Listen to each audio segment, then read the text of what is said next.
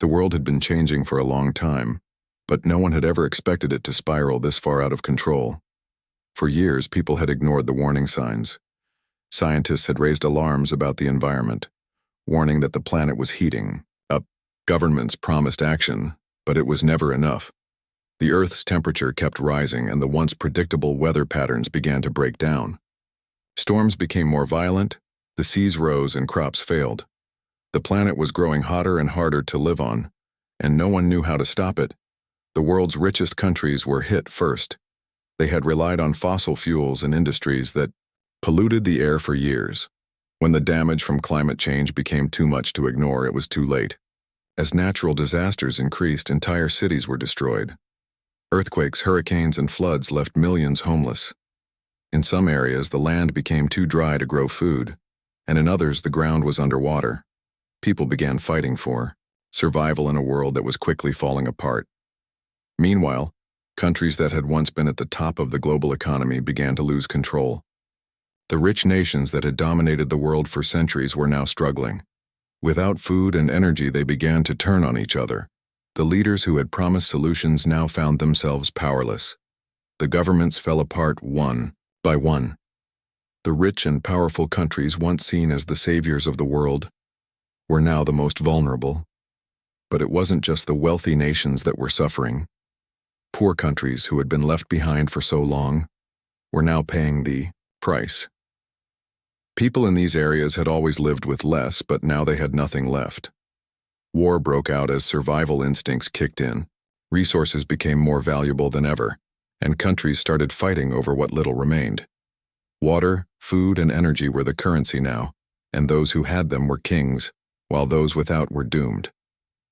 As the years went on, humanity's hope for a better future faded. People began to lose faith in governments and their ability to solve the world's problems. Nations turned inward, trying to protect what little they had. Trade between countries collapsed, and the once bustling cities of the world turned into ghost towns. People became desperate, and in their desperation they turned against each other. Instead of cooperating, they fought. In a small coastal city, a group of survivors faced this grim reality. This city had once been a thriving hub for trade and culture, a place where people from all over the world came to visit. But now, it was a shell of its former self. The streets were empty, and the buildings were worn down. Most of the shops had closed, and the people who remained were just trying to get by.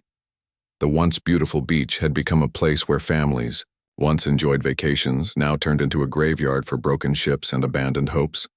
Food was scarce in the city.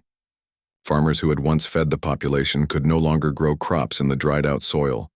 The fishermen who had brought in fresh seafood now found their nets empty. The ocean, which had once been their lifeblood, was now barren. Even the ocean seemed to have turned its back on them. Water was rationed. Each day, the people gathered at the few remaining wells, standing in long lines for their daily share. It wasn't enough, but it was all they could get. The people in the city tried to keep their spirits up, but it wasn't easy. They didn't have the resources to keep going for much longer. The community had come together out of necessity, but the cracks were starting to show. Supplies ran out, and the food that was left had to be carefully stretched to last. With no more new shipments of goods arriving, the people were left to fend for themselves. Everyone had to play their part. But that didn't always happen. Some stole, others hoarded. No one could blame them. The situation was dire. Among the survivors, a few tried to hold on to hope. They met in small groups to talk about how they could rebuild, how they could survive. They traded ideas and shared what little knowledge they had. But even they knew the truth. The world was running out of time. Each day felt like a countdown to something worse. The children in the city had never known anything else. They had been born into this world of scarcity and fear. Their memories were filled with images of empty shelves, dark skies, and the constant hum of warnings. They didn't know what it was like to live in a time when the future seemed bright, when things were plentiful. For them, survival was all that mattered. Playtime had become a luxury they couldn't afford. Even the elders who had lived through the toughest years were losing hope. They had seen the rise and fall of empires, the birth and death of nations. They had lived through wars and conflicts that shaped the course of history, but this was different. This was something none of them had prepared for. They could feel the end coming, and it filled them with a kind of fear they had never known before. The desperation in the air was thick, and it felt as though there was no way out. The survivors in the city wondered if they would even last another year. Would they have the strength to rebuild? Would the world's nations unite to try to stop the decline? Or would they continue to destroy each other? Every day brought new questions, and the answers seemed farther away than ever. But then one evening something unexpected happened. As the sun dipped below the horizon and darkness settled in, a faint signal was picked up. At first no one paid much attention. They had grown used to the silence. The world had been quiet for so long that it almost felt like a normal state. But this signal was different.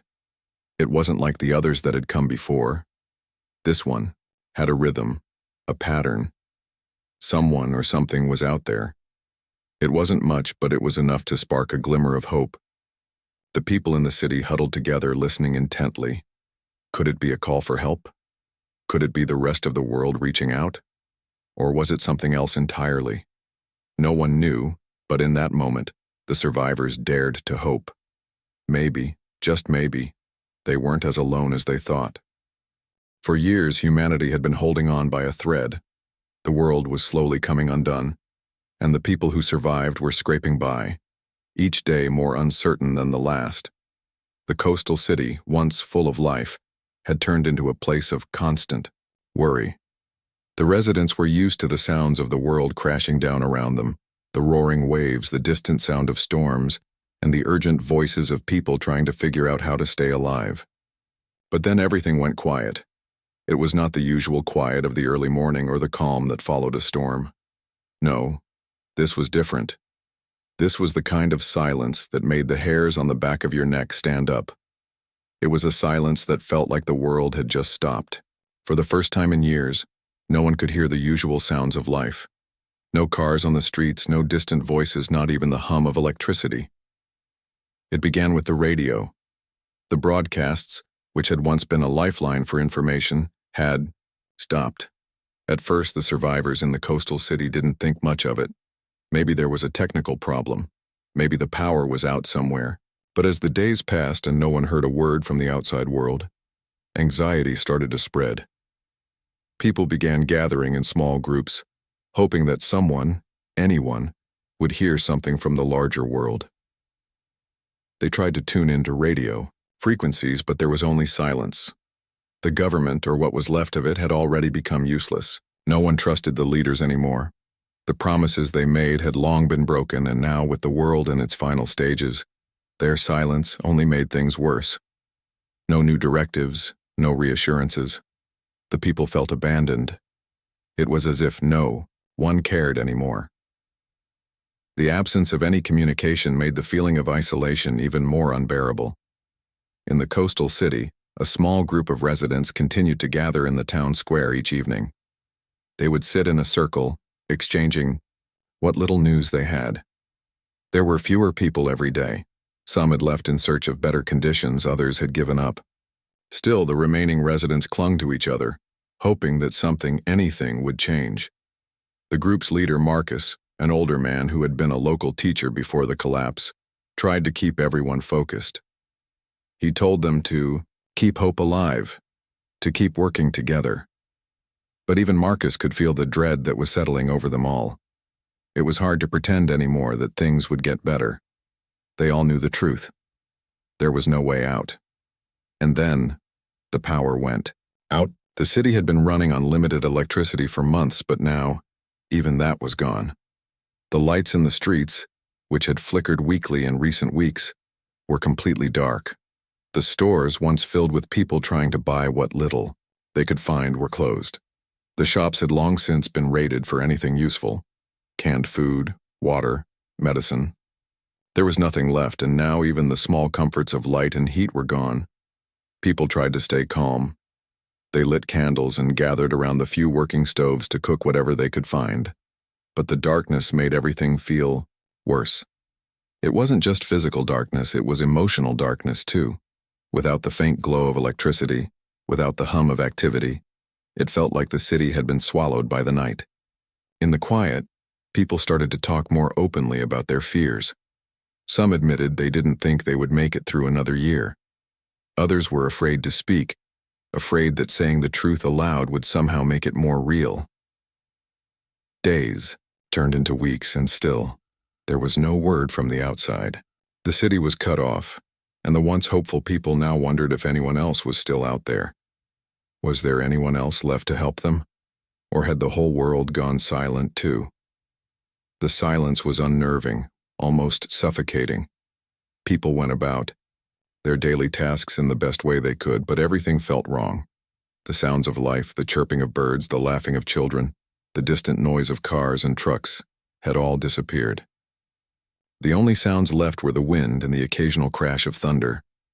In a world that had once been full of noise, this silence was a constant reminder that things had changed forever. One morning, as the survivors gathered to check on their supplies, a strange feeling swept over them. It was hard to explain at first. Everyone felt it, though. Something was different. The silence wasn't the same as it had been before. It wasn't just the absence of noise. It was like there was an invisible weight in the air, like the world was holding its breath. No one knew what to make of it. The group tried to go about their tasks, but the strange feeling only grew stronger. Marcus, who had always been a calm and steady figure, couldn't shake the sense of unease. He gathered the group together and suggested they try to contact other survivors. But when they tried the radios again, they were met with the same emptiness. It was as if the world was no longer listening. The survivors began to realize that the silence wasn't just a temporary loss of communication. It was something deeper, something more permanent. It was as if the world had stopped moving, as if everyone had simply disappeared. For a moment, the thought crossed their minds. What if we are the last ones? That question haunted them in the days that followed. Every time they checked their resources, every time they tried to rebuild their homes or grow what little food they could, the thought of being alone in this empty world loomed over them. They didn't know what had caused the silence, but it seemed like there was no one left to answer that question. They had no way of knowing if the rest of the world was struggling the same way they were, or if they had already given up. As the days passed, the group began to feel the weight of their isolation. Without any connection to the outside world, they started to wonder if anyone remembered they were here at all. Did anyone care? It was easy to feel forgotten, lost in the vastness of the world. The silence felt like a kind of death in itself, a death of communication, of hope, of possibility. It was the kind of silence that made it hard to breathe, hard to think. Then one evening, after another long, fruitless attempt to make contact, something strange happened. The group was gathered in the square, sitting together in the dark, when a sound broke the silence. It wasn't a voice, not at first. It was a hum, faint but undeniable. It was a sound that didn't belong to anything they knew. It wasn't the crackling of the radio, nor the wind howling through the trees. It was different. It was as though the air itself had been stirred, as if something, or someone, was out there. The survivors froze. For a moment, no one moved. No one even breathed. Was it a signal? A message? Was someone out there trying to reach them? The hum grew louder. It wasn't just in the air. It seemed to be coming from somewhere else, a low rumble that vibrated through the ground. Some of the group members began to speak, their voices shaking with excitement and fear. Could this be the answer they had been waiting for? Could this signal be the sign that the world wasn't as empty as it seemed? As the hum grew louder, it became clear that it wasn't something they could ignore. It wasn't just a random sound. It was something purposeful. Something had changed. The silence was over. The survivors stood up, a sense of nervous energy running through the group. What could it be? They didn't know. But in that moment, they realized something important. They weren't alone. Something, or someone, had heard them. The dread of the silence began to lift, replaced by a strange sense of anticipation. No one knew what this new sound meant, but it was a sign that the world hadn't abandoned them. For the first time in months, hope stirred in their hearts. For days, the survivors in the coastal city had been caught between hope and dread, uncertain of what the strange hum meant.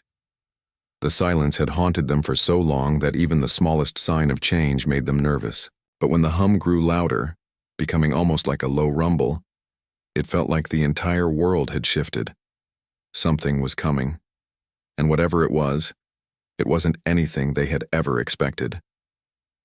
Marcus, the group leader, stood with his eyes fixed on the horizon, his mind racing.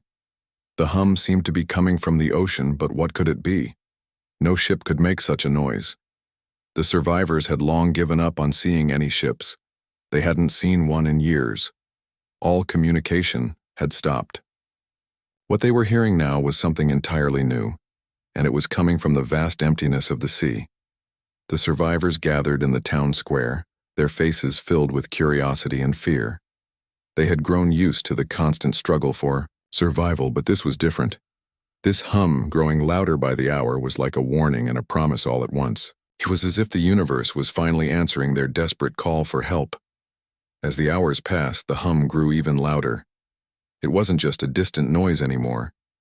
It felt like the air itself was vibrating, like the ground was moving beneath their feet.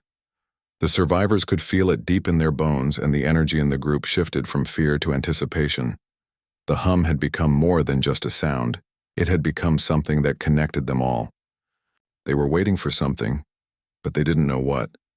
And when it finally came, it would change everything. Then the first sighting occurred. A figure appeared on the horizon, barely visible against the setting sun. It looked like a shadow at first, a faint outline moving across the water. But as the minutes passed, the shape grew clearer, and the survivors gasped in disbelief. It wasn't a boat. It wasn't even a ship. It was something far bigger, something that seemed to defy the laws of physics itself. The object was massive, far larger than anything they had ever seen. It was sleek, almost metallic, reflecting the dim light of the sun. It hovered above the water, not moving in the way a normal ship would. It wasn't floating. It was gliding, and it was coming closer, slowly but steadily. Is that real? Someone asked, their voice trembling. Marcus didn't answer immediately. He was too stunned to speak. His mind struggled to comprehend what he was seeing. Was it a mirage? A hallucination? He rubbed his eyes and looked again, but the object was still there, growing larger by the second. It was real. Whatever it was real. The survivors stood frozen, unsure of what to do. Their instincts told them to run, to hide. They had no idea what this thing was, or if it was dangerous, but something inside them told them to stay. This was the moment they had been waiting for, whether they knew it or not. The object drew closer, and soon it was clear that it wasn't alone. There were more of them, hundreds of them, all moving in perfect formation like a fleet. They were massive, like enormous floating cities gliding over the ocean with eerie grace. Some of them had lights that blinked in a pattern. Others were dark, like shadows in the night. But all of them had one thing in common. They were not of this world. "What is this?" Someone whispered in disbelief. "Who are they?" The question hung in the air unanswered. The survivors were too stunned to speak. The fleet moved closer, coming in from the horizon as if they had been waiting for the perfect moment. No one had ever seen anything like this before. It felt unreal, like something out of a dream. But there was no time to waste on disbelief. The ships were coming, and they were coming fast. As the ships drew nearer, the survivors could see them more clearly. They were unlike anything humanity had ever built. Sleek, metallic surfaces reflected the light of the setting sun, and the ships were arranged in perfect rows, as though they were part of a larger, coordinated effort. They didn't move like normal ships. There were no engines visible, no sails. They seemed to float effortlessly, hovering just above the surface of the water. It was as if they were powered by something beyond human understanding. The air around them began to hum, and the survivors could feel a vibration in the ground beneath their feet. It was as though the very atmosphere had changed. The ships weren't just arriving. They were making an entrance, and they were doing it with a force that could not be ignored. And then, the first ship landed. It didn't crash. It didn't sink. It simply descended gently onto the shore as if it had always been meant to be there. The survivors stared in stunned silence as the ship settled onto the sand, its massive body towering over them. It was so large that it seemed to block out the sun. The ship's surface shimmered in the fading light, giving off an almost ethereal glow. It was beautiful and terrifying at the same time. Marcus stepped forward, his heart pounding in his chest. The others followed, but no one said anything. There was nothing to say. They were witnessing something beyond their understanding, and all they could do was watch. Then, as if by some silent command, the ship's surface began to shift.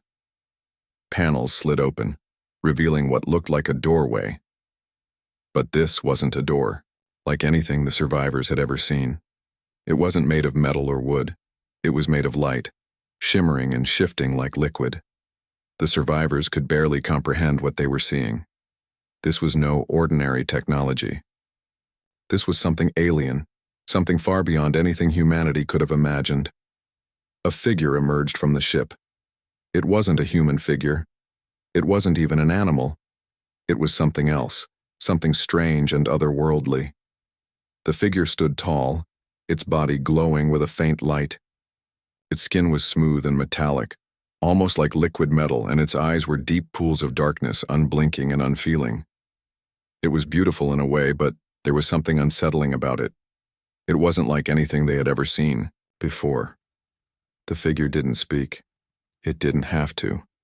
The air around it seemed to buzz with energy, as if it was communicating something without words. The survivors watched in awe as more figures began to emerge from the ships. Each one was different, but they all had the same otherworldly alien appearance. They didn't look dangerous, but there was no mistaking that they were powerful.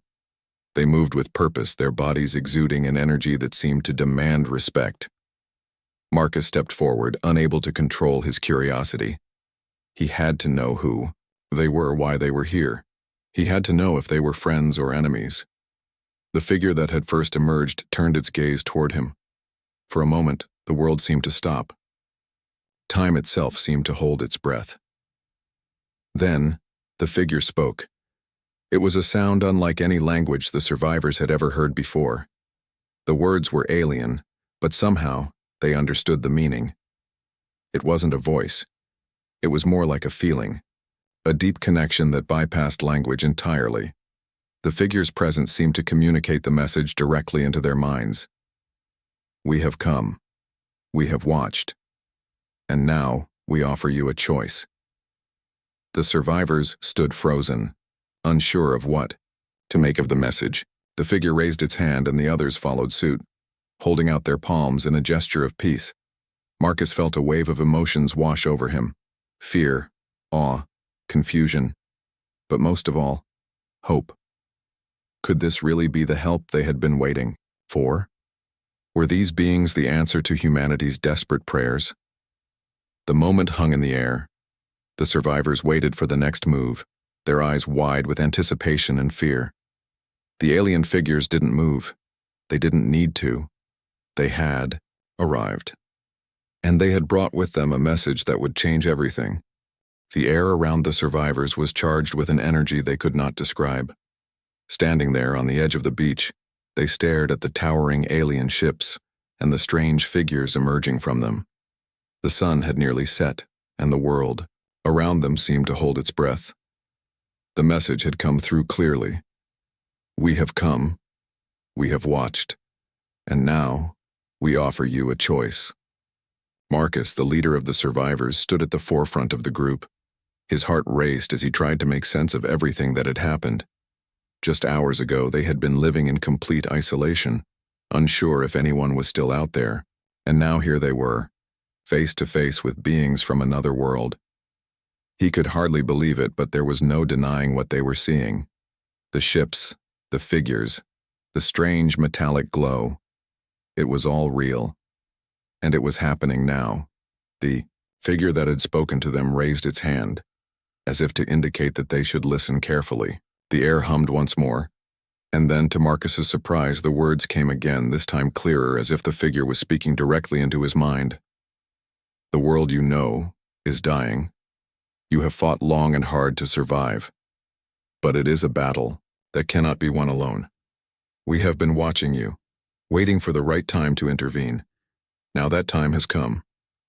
The figure paused, allowing the words to sink in. Marcus could feel the weight of the statement pressing down on him. The world was dying. He had known this, of course. They all had.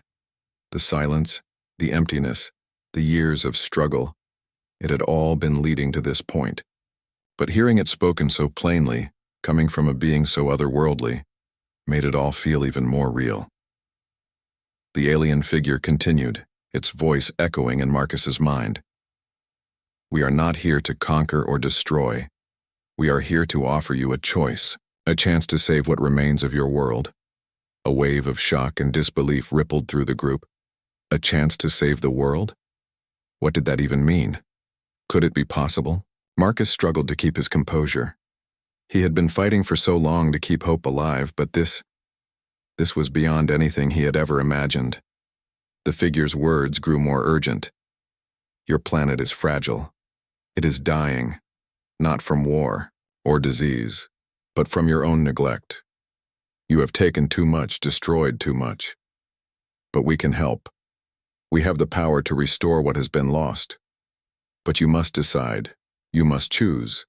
Will you accept our help, or will you refuse and let your world slip into oblivion? Marcus looked around at the survivors. They were all staring at the alien beings, their faces filled with a mixture of fear, awe, and disbelief. They had endured so much: loss, hunger, sickness, and isolation. They had survived because they had no choice. But now, they were being offered something that sounded too good to be true. Could they really save their world? Could they trust these aliens? What would accepting their help mean? One of the survivors, a young woman named Rachel, spoke up. Her voice was trembling, but there was a spark of determination in her eyes. Why should we trust you? She asked. How do we know you're telling the truth? How do we know you won't just destroy us all? The alien figure turned its gaze toward Rachel, and for a moment, it seemed to study her. Then it spoke again, its voice calm and reassuring. We understand your fear. You have no reason to trust us, and that is why we offer you the choice. We do not wish to control you, but to assist you. We have the knowledge and technology to heal your world, to restore its balance. But we will not force you. If you choose to reject our help, we will leave, and you will face the consequences alone. The choice is yours. Rachel's question hung in the air, and the group fell into silence. Everyone was thinking the same thing. Could they afford to refuse? The Earth was dying, and they had seen the signs of it for years. Climate change, resource depletion, natural disasters, and the slow decay of their cities. Humanity had pushed the planet to its limits. Was this their last chance to save it? Another survivor, an older man named James, spoke up. His voice was low, but steady. We don't know if we can trust them, but we don't have many options left. We've been living in the dark for so long, struggling to survive. Maybe it's time to take a chance. Marcus looked at James, then at Rachel, and finally at the others. He could see the uncertainty in their eyes, the fear of the unknown. But he also saw something else: hope. For the first time in so long, hope had returned. The possibility of salvation, of rebuilding the world, was right in front of them. The question wasn't whether they could trust the aliens. It was whether they were willing to try. He took a deep breath and stepped forward, his voice clear and firm. We've lost so much already. Our world is broken and we can't fix it alone. If these beings can help us, if they can offer us a chance to save what's left, then we have to take it. We have to try. The group was silent for a moment, as everyone processed Marcus's words. Then, one by one, they nodded in agreement. They had nothing left to lose. They had been surviving, not living. But this could be their opportunity to truly live again. The alien figure nodded, as if it had been expecting their decision. The tension in the air seemed to lift slightly, and a sense of anticipation filled the space. "Very well," the figure said, its voice soft but resolute. "You have chosen to accept our help. We will begin immediately, but know this: the process will not be easy. It will require your cooperation, your trust, and your commitment. If you are willing to give those, we can restore your world. But it will take time. The road ahead will not be simple." Marcus nodded, his mind racing with the implications of what the alien was saying. They had chosen to accept help. But what would that help look like? What would it require of them? And how would they rebuild a world that had been broken for so long? The alien figure raised its hand again, and the ships around them began to hum in unison. It was a low, resonant sound, like the sound of a vast engine coming to life. The ground beneath their feet vibrated, and the air seemed to shimmer with energy. The alien beings were preparing to do something that would change the world. "We will begin by restoring the balance of nature," the figure explained. "The damage done to your environment is vast, but not beyond repair. We will cleanse the air, restore the waters, and replenish the land. But this is only the beginning. The true healing will require you, the people of Earth, to change your ways. You must learn to live in harmony with your world once more." The survivors listened in awe. It sounded too good to be true. Could they really fix the planet? Could they truly bring back the Earth they had nearly destroyed? "And remember," the figure continued, "you will not be alone. We will guide you through the process, but it is up to you to ensure that this time, you do not make the same mistakes again. The choice has always been yours. It will always be yours." With those final words, the figure turned and gestured toward the fleet of ships. The ground shook once more as the first wave of energy surged through the air, lighting up the sky in a brilliant flash. The alien ships began to move, hovering above the beach like massive glowing beacons. As the survivors watched, a feeling of both awe and trepidation washed over them. They had made their choice, and now they would see if it was the right one. The world was on the brink of change, and they had taken the first step into an unknown future. But one thing was clear: the fight for the survival of humanity was far from over, and this time, they would have help. The weeks that followed the arrival of the alien armada felt like a blur to the survivors. At first, they had been filled with confusion and fear, unsure of what exactly was happening. But now, as they stood side by side with the beings who had offered them a chance at salvation, everything had changed. The world that they had fought so hard to survive in, broken, decaying, and full of despair, was slowly beginning to heal. And they were part of it. The question was, could they maintain it? Would they really be able to rebuild their world, or was this a fleeting moment of hope? As the alien fleet hovered above the Earth, a quiet hum reverberated through the air. The ships were no longer the terrifying unknown they had once been. Now they were beacons of hope, guiding humanity into a future they had thought was lost forever. The alien beings had shown them how to heal the environment, to restore the balance that had been so carelessly destroyed. But the road ahead was long and uncertain. Marcus, still the leader of the group, stood at the edge of the camp looking out at the horizon. The sun was just beginning to rise, casting a soft orange glow over the land. It had been a difficult journey to get here, and it would not be easy to maintain the changes that were taking place.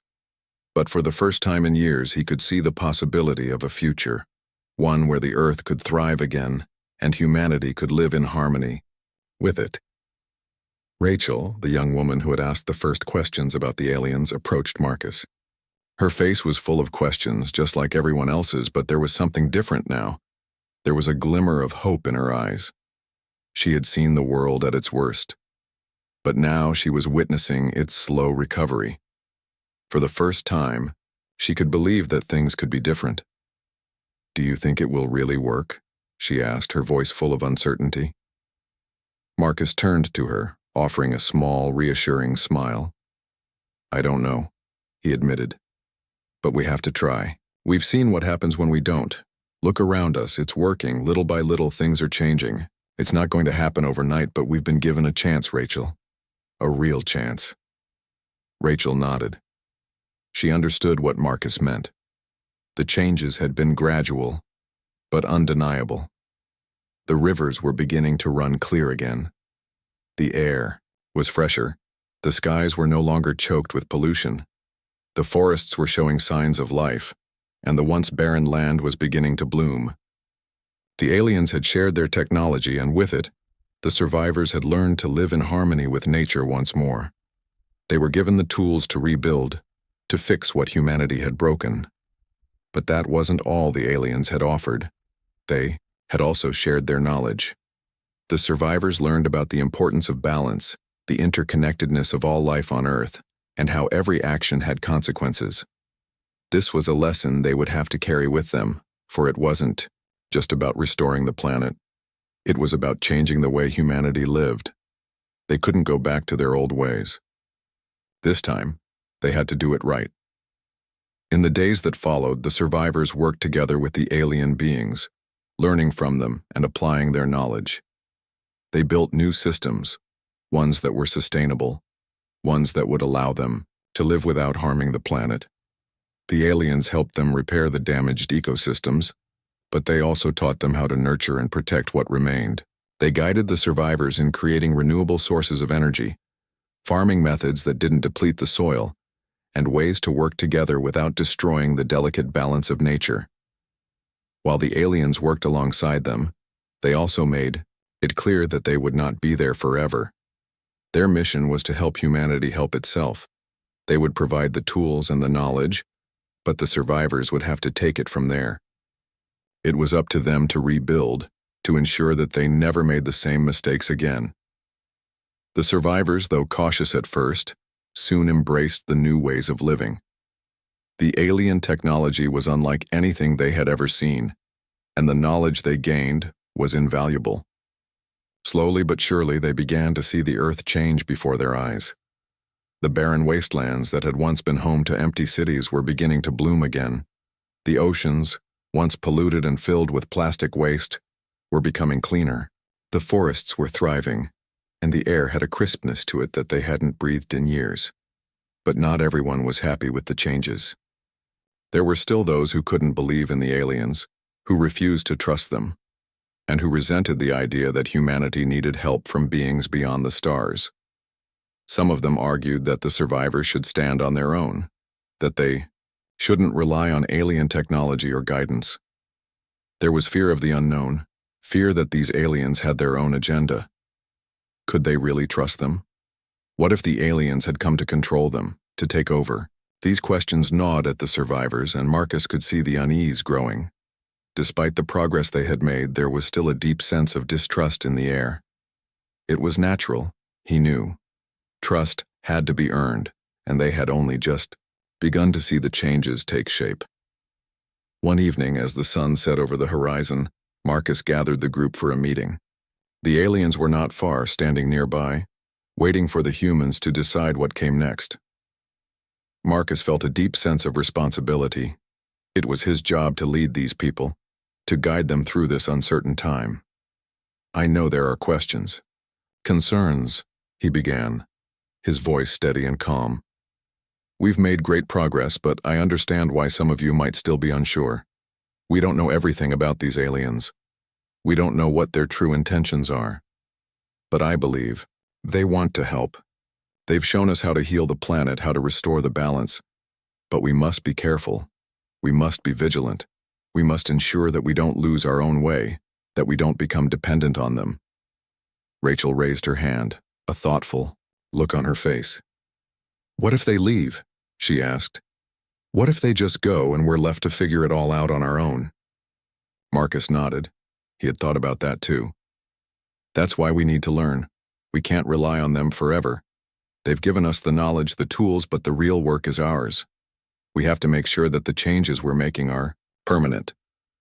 We have to change our way of thinking, our way of living, James, the older survivor who had been with the group from the beginning, spoke up. "I believe Marcus is right. We've been given a second chance, but that doesn't mean we can stop working. We need to continue what we've started, even when the aliens are gone. This is our world, our future, we can't waste it." The group murmured in agreement.